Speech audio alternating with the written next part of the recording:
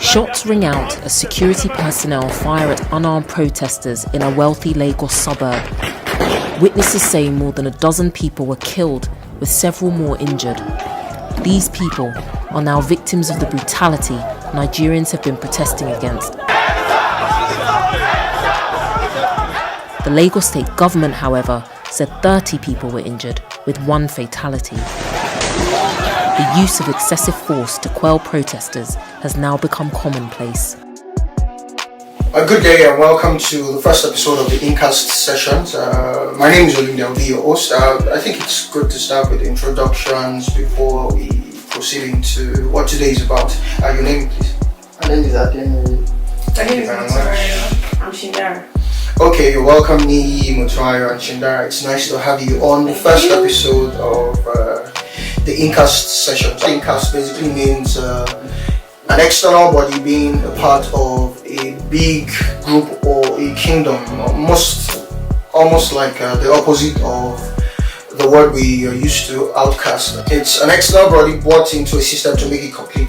More like the story of the believer, but in our case, the story of the young believer. On every episode of the show, we will bring you very interesting topics, spiritual, soul-lifting, sometimes entertaining, but a lot of times they're going to be divisive. But what we can promise is we will be civil and we'll be respectful throughout our discussion. On the session today, we're going to be discussing a polarizing topic, the EndSARS protest. It's polarizing in the sense that it pits the young ones against the elderly ones. A bit of background. The protest began about 2 weeks ago when two young Nigerian musicians, Fowls the Bad Guy and I think Runtown, decided to take what used to be online protests against the special anti-robbery squad of the police to the streets. What they initially felt would be 50 protesters turned into 2,000 people and spilled into different states of the federation and then generated into people being killed actually for what they actually believed should be the right thing. We're going to be dealing with, or we're going to be discussing some of the intricacies, how those things went, what we should have done better, what we actually did well, and we're going to be today discussing what we think the future holds. What do you think the EndSARS movement represents for you? Is it just about ending that squad of the government, or it's about something bigger?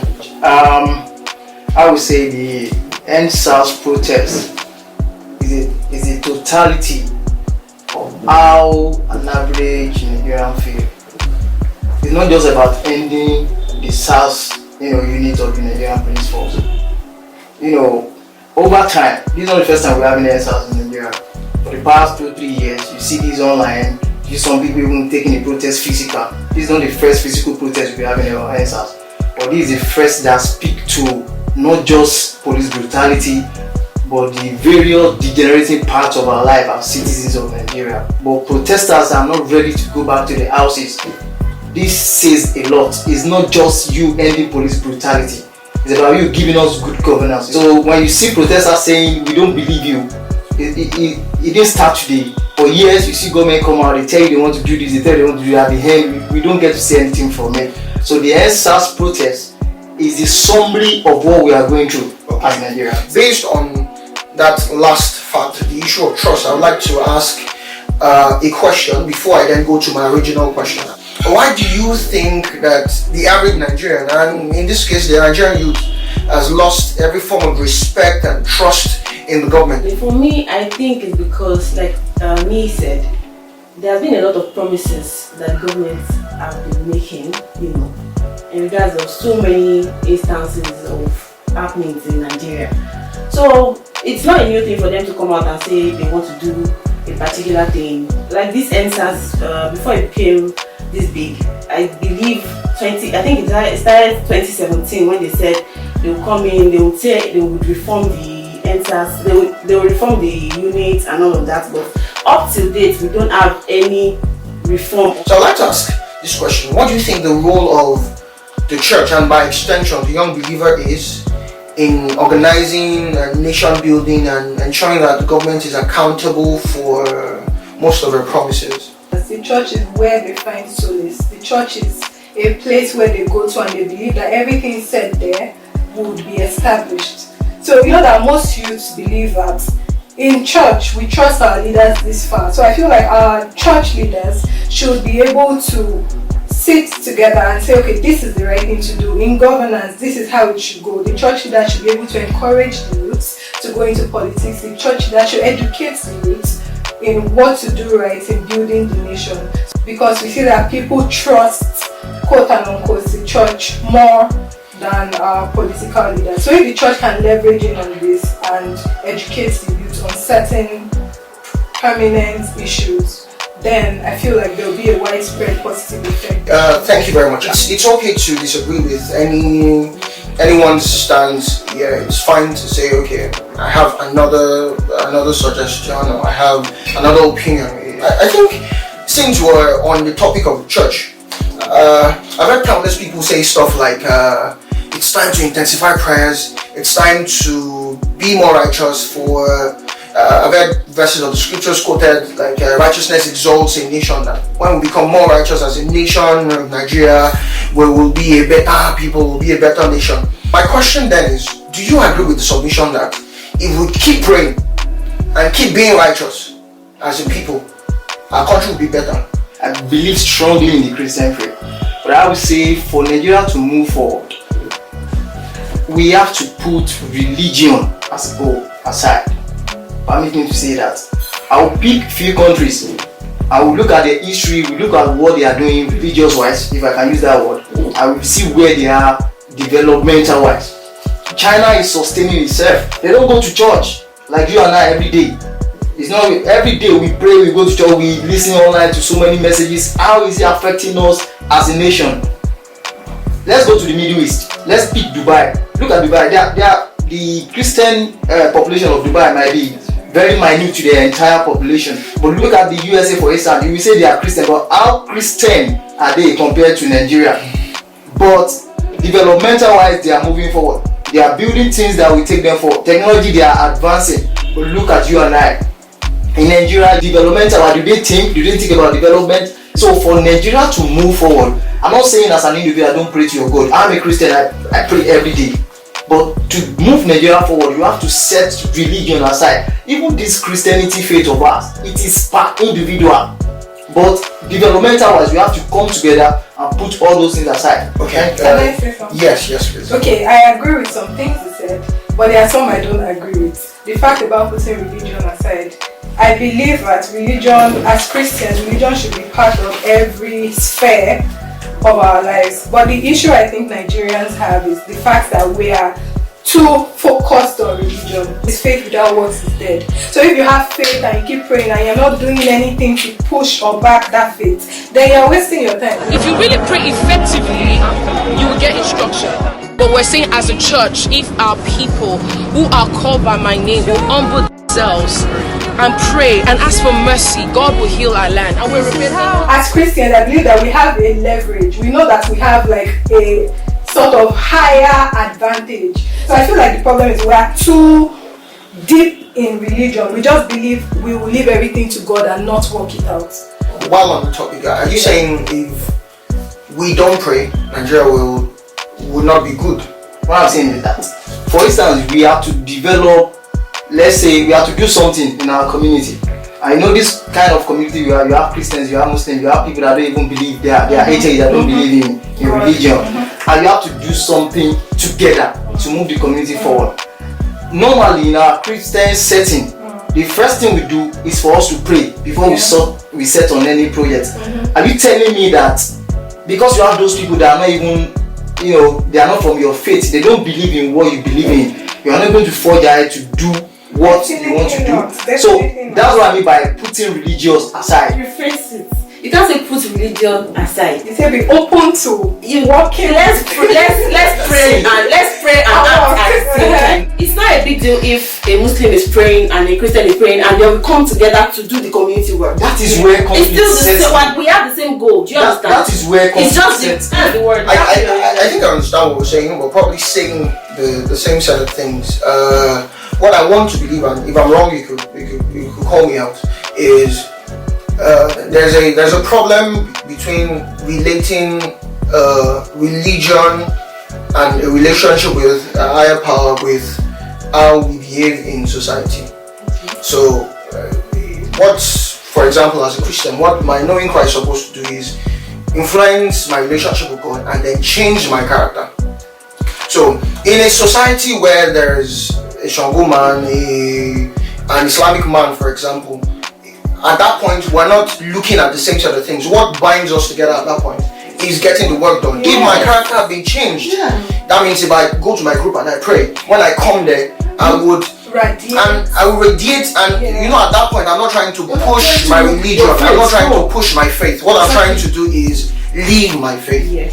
So the problem has always been for us, I think, as a country, is that our declarations are usually more than our living, our actions. I would like to ask, how successful do you think we were? I'm saying we now because we're young people and it was an agitation or a movement for the young in society. How successful do you think it was, Mutai?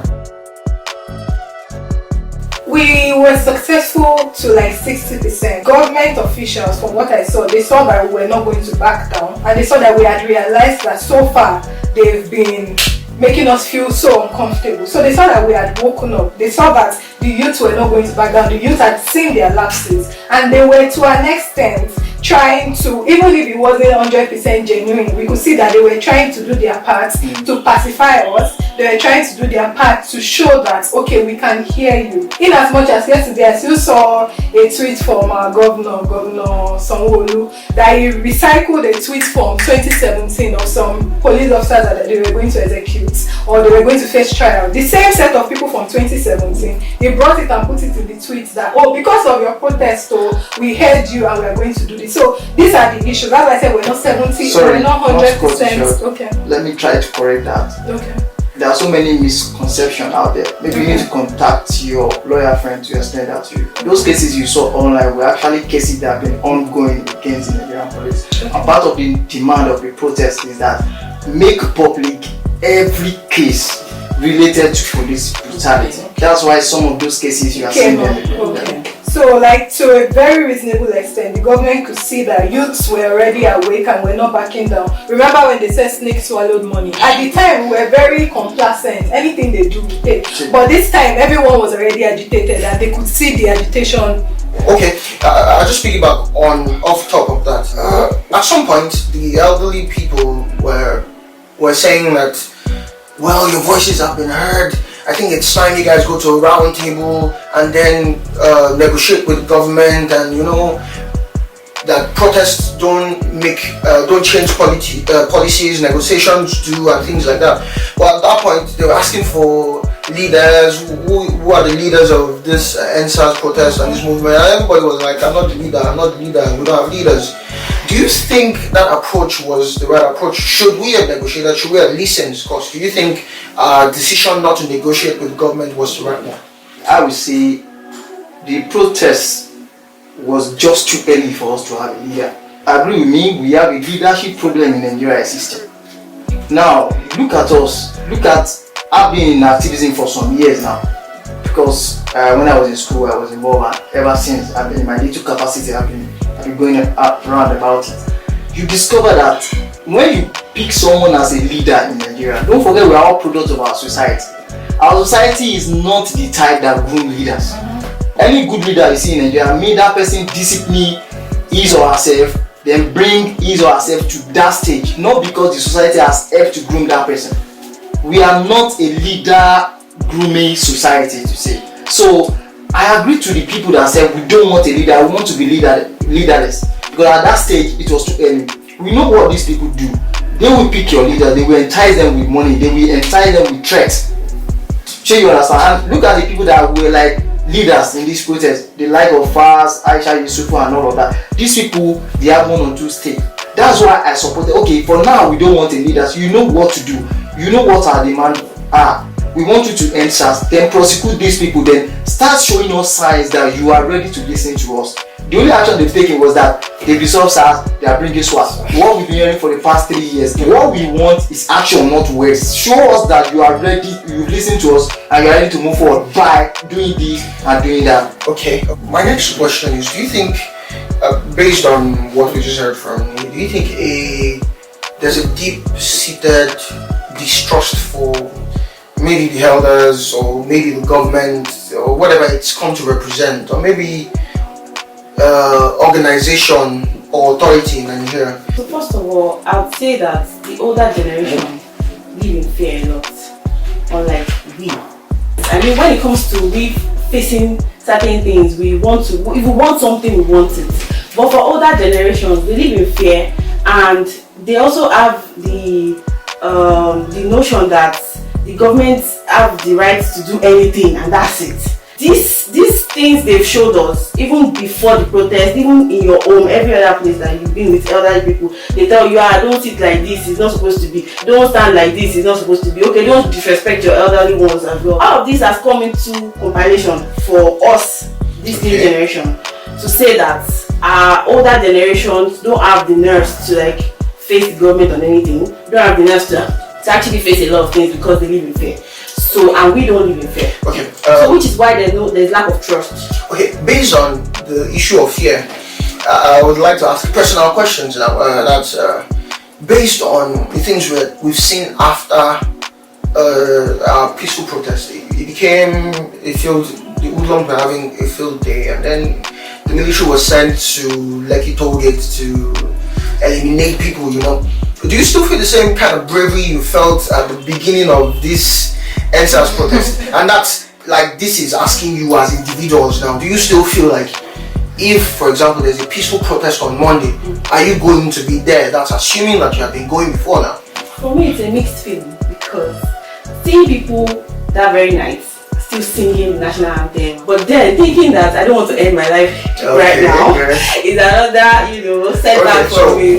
For me, the Bible says wisdom is profitable to direct. Okay. There are other ways I can protest. For me, okay, if I used to go, I would not go anymore. But I've always been active on Twitter, retweeting. So my protest will be limited to social media, because I value my life a lot, and our government does not value my life for me. Okay. So yeah. Yeah, for me, I can be a bit over it for myself. So if they should call out for a protest tomorrow, trust me, I'll be at the front line, because people need to do that. Thank you very much. Oh, and on the basis of that, and Motran said something about, I value my life, and I don't think the government values my life. I think that this is what this will be like the last question before I close. What do you think the value of a Nigerian life is, a Nigerian human life, because they're Nigerian dogs and stuff.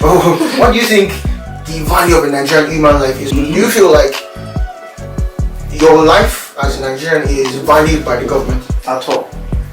The government in Nigeria does not value human life. We can go on and on to give instances. My question to you in like 15 seconds for everyone is, what do you think the way forward for us is as a country? And then, just as you're telling me that, you're going to say, what do you feel would be the best way for you to handle things? Is it to live or to ensure that things are done properly? For Nigeria to move forward, for Nigeria to be a better place, first I have to be a better person myself. Then I have to ensure that tangible and positive values are transferred from me to those around me. Okay, Trina. I believe that the government should see it as a sort of a sense of responsibility to be accountable to us and to do what is right by us and by the country as a whole. For me, I don't think I'm going anywhere. I will stay in this Nigeria and it will be okay for me and my generations. Thank you very much, Ajana. For me, I feel like we need to also reform our leaders as well, because from beginning to the end, I don't think there's anybody that is doing enough. So, and in regards of leaving the country, I don't think I want to leave the country, but if the opportunity comes, then I probably would. Well, for me, I believe in one Nigeria. I believe that the youth of the country should have one voice. I believe that Nigeria will be good someday if we keep going at the pace we're going. If we're demanding for good leadership, we demand that our leaders be responsible if we make them accountable. Because in a system like ours, the only thing that can hold the government accountable when you've tried every other thing, the courts are not working, the legislatures are not working, the executive arm of the government that is supposed to enact, to execute laws, they are not working, which is the police. The police is an arm of the government that is supposed to execute the laws. It's an arm of the executive that is supposed to execute the laws that the legislatures and the judiciary have made and argue between themselves, and those things are not working. So the only thing left for us to do as a people is to consistently ask for our rights. And I think this is what the EndSARS protest has come to represent for us.